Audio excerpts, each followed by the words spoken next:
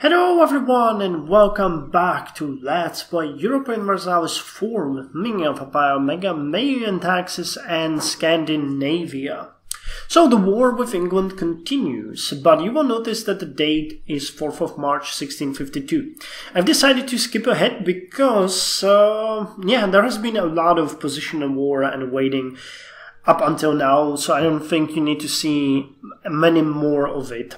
I will instead give you a brief report of what has changed since we have waged war with, since the last episode where we actually sunk some British ships. So you can see that they still have 30 heavy ships and they have 40 light ships and 1 galley plus 59 transport ships, while we have 20 heavy ships now, 98 light ships and 19 transport ships. Their war exhaustion is now 14.57, which is getting pretty ridiculous. Their unrest is increasing everywhere. I'm pretty sure it should start bugging them very soon, especially because it lowers the morale of their units and manpower recovery speed is so low. So we'll see how it starts affecting them. But, you know, the war score -21 isn't that high yet. I'm still okay with dragging this on. In the meantime, they have sent a massive fleet, I don't know if we'll be able to see it, down here where our units are actually occupying their provinces. So I'm gonna sack these two, then probably defeat the unit of English Brazil here. Maybe try to get a province or two here and haul ass back into the jungle. But a peculiar thing has happened, actually. While I have commissioned a number of heavy ships, we have 1, 2, 3, 4, 5, 6, 7 extra heavy ships, which will put us on par with England. I have noticed one thing: they no longer attack us when we take ships out. They no longer risk that.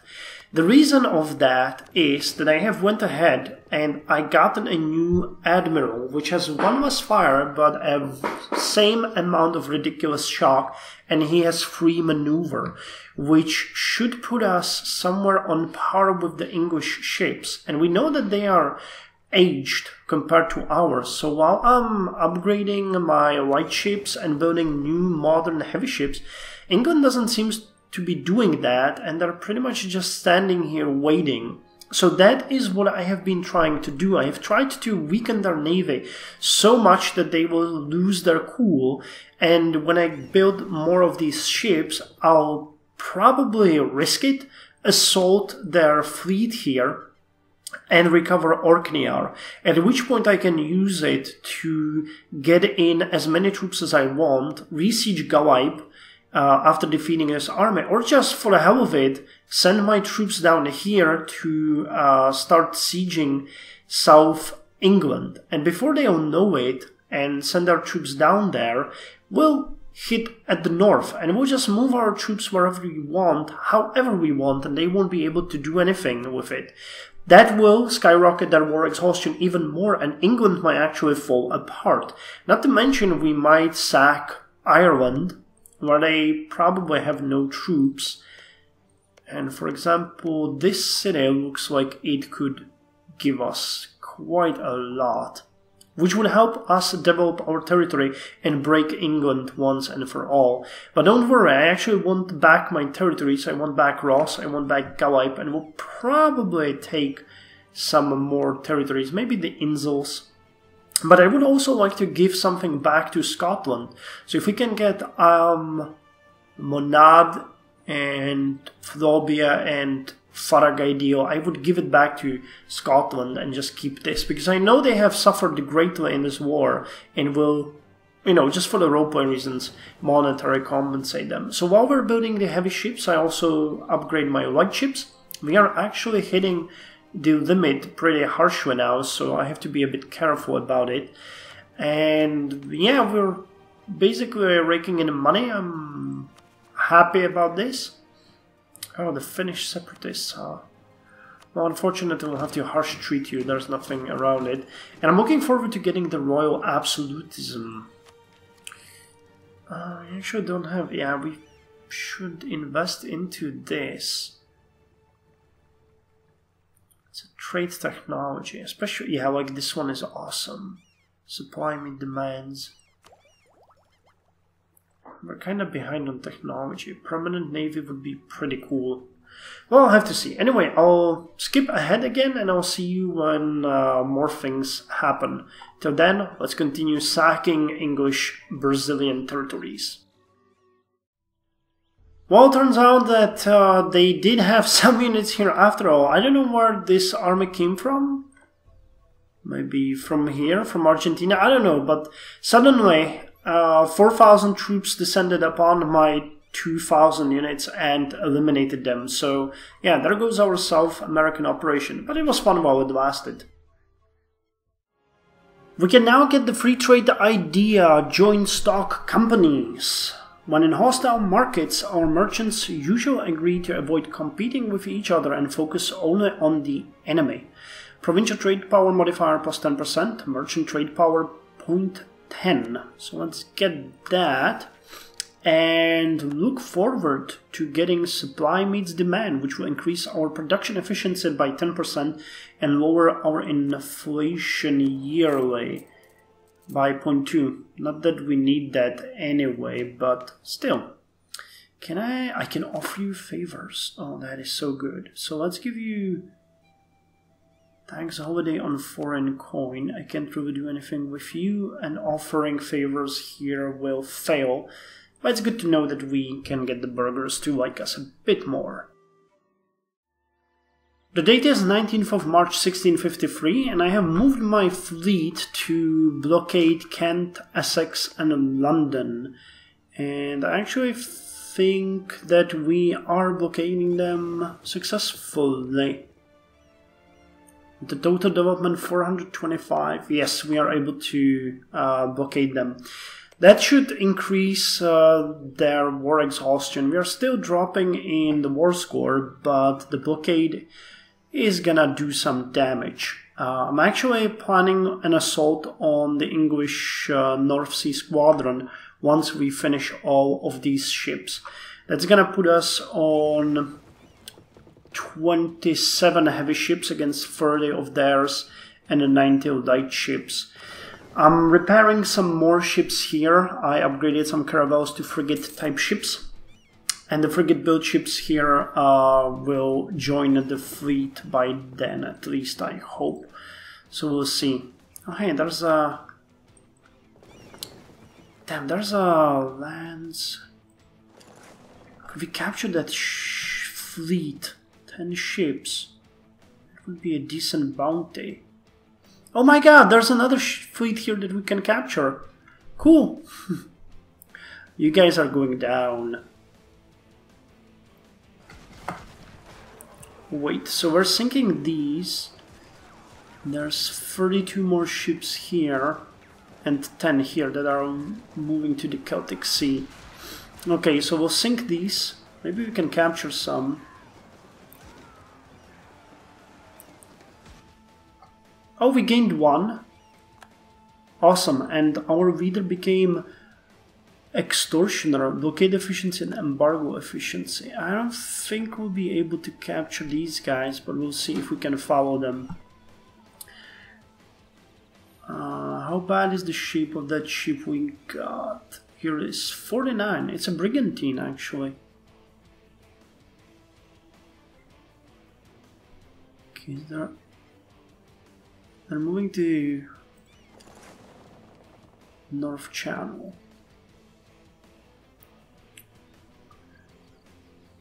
Okay, no enemy ships here. Well, they were retreating. Fair coast. I think they're gonna all come to Moray Firth. And these guys are moving to North Channel. Which is here, yeah, they're trying to put them together. Okay, well, time to go blockade again. Any increase in the war exhaustion is good. I have done something incredible that I am so proud of. Look at that. I have seen the fleet of the enemy transports moving south, And they probably wanted to land somewhere in Norfolk or I don't know where. So I separated my faster ships together with my leader Gunnar Skarm and sent them immediately to the coast of York with the heavy ships in trail, and we did manage to capture them. So we will sink all of the enemy transports now. They have no defense, none whatsoever. This is going to be brutal but swift, especially when the heavy ships join in. Yeah, they're probably sending in these ships to help, but they'll come too late. There's nothing they can do. No, they're moving to coast of Holland. I guess they just sacrificed them. Okay, so they retreated. We sunk 19 of them, and we gained 1. And they're retreating to Greater Fisher Banks. Okay, can we join you? Yeah. And these guys are now moving to the coast of York. What? They're gonna attack us again? It makes no sense. The heavy ships will retreat.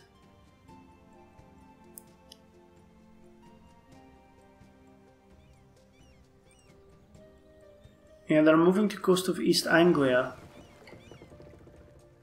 That's weird.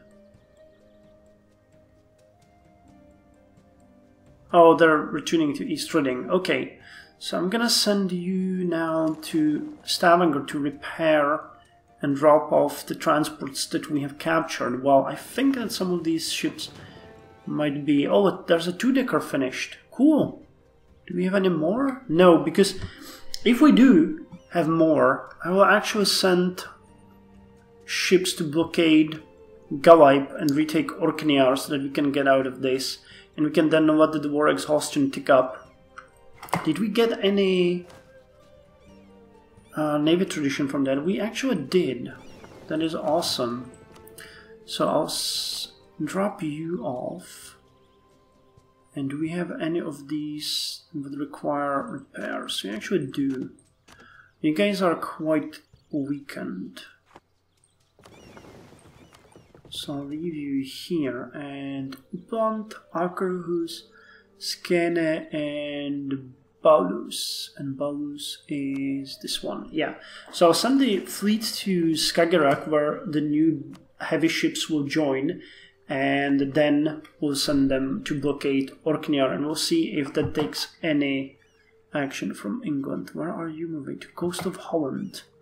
Man, I really need to sink these ships. Can't wait. I am happy to report that our fleet is ready. We got 27 heavy ships and we got 95 light ships, plus the 6 that are here trying to repair. And we are ready to do what we were supposed to do. We are ready to hunt the enemy navy. Unfortunately, part of the enemy navy is here landing their units on the territory of Finland. So this is going to be the next phase of the war, where I'm hoping that they will retreat these ships back to Europe so that the attack will be limited to Newfoundland. But I might be mistaken. We'll have to see. But anyway, I'm gonna start sending these ships out now to find the main enemy fleet and hoping to sink it. And if we can do that, there's pretty much nothing that stands between us and the enemy. I'll also consider loading... Well, actually, I already considered it. I loaded this, the second army, 16,000 men, on the second fleet, and I'm considering sending them to Orkneyar. Yes, to recapture the province, which will give us 28.5 extra war score. United Kingdom or England is now at 21 war exhaustion, which is pretty damn cool. So yeah, I'm gonna do this and see if I can find the enemy. Also, before I forget, we can now take administrative technology level 35, which is called Royal Absolutism. Royal Absolutism.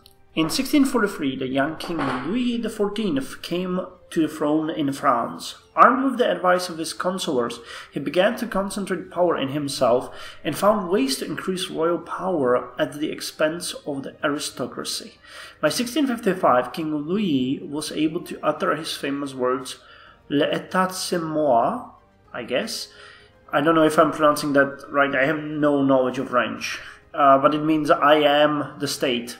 In 1651, Thomas Hobbes published the Leviathan, a book which suggested that civil war and violence could only be avoided by giving up power to an absolute monarch such as Louis.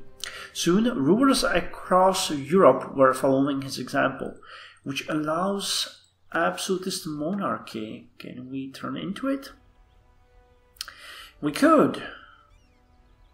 It decreases monthly autonomy, but increases stability costs, but lowers the liberty desire from subjects' development. National focus, extra advisors, extra merchants. When I compare it to with what we have now, where is it? Timber supply. I am the state. Juris court. Damn. Did I miss it? Oh, it's here. Administrative monarchy. Production efficiency, national tax modifier.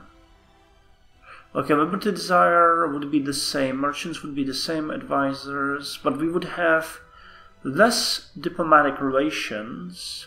Longer stability. It doesn't increase maximum centralization? That has to be a mistake.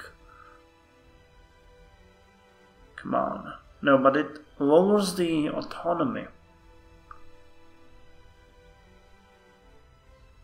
That's pretty much a big difference. When we look at the centralization, 75 gives how much?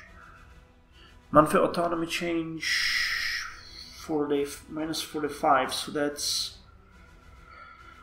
if we lost 5 it would lose like 0.3, so it would be actually a bit more in the end. Interesting. I'll have to think about it. It costs 250 administrative power, so we can't really deal with it right now. And hey, Finnish separatists, I almost forgot about you. Let's harsh treat you back into your place, right? And Scandinavian particularists. It goes 100. Oh my god. But there's only going to be 4,000 of them, so we might be able to take them on. We'll see. So anyway, I think this is the end of the episode, and it's been long enough, so I'll start the next one in which we start turning the tide. Hopefully. This is really bothering me though. And we need to sink their transports.